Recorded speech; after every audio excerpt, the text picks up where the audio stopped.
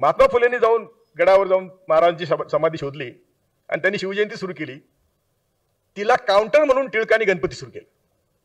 नंतर शिवजयंती फार पॉप्युलर झाली होती. टिळकांनी गणपती सुरू केला आणि तुमच्या डोक्यामध्ये पुन्हा देवाधर्माचं खूळ घातलं.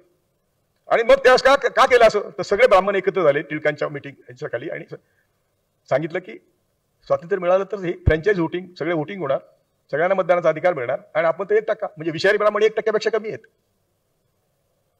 म्हणून तुम्ही ब्राह्मण धर्म सोडा आणि त्याला हिंदू धर्म नाव द्या. बाकी त्यावेळेस आम्ही जाणारच होतो ना. फुलेंनी छत्रपती शिवाजी पासून थोडं आमच्या उत्कर्षाला सुरुवात झाली आणि त्यांनी शिकवलं म्हणून आम्ही शिकलो. पण फुले शाहू आंबेडकरने आम्हाला का शिकवलं हेच आम्ही शिकलो नाही. हेच आम्हाला कोणी शिकवलं नाही. फुले शाहू आंबेडकर म्हणत होते की ज्या व्यवस्थेने तुम्हाला हजारो वर्ष शिकू दिलं नाही त्या व्यवस्थेविरुद्ध लढणारे सैनिक तुम्ही तयार व्हाल म्हणून शिका. आम्ही काय केलं? आम्ही आरक्षण मिळालं त्यांच्यातच सामील झालो.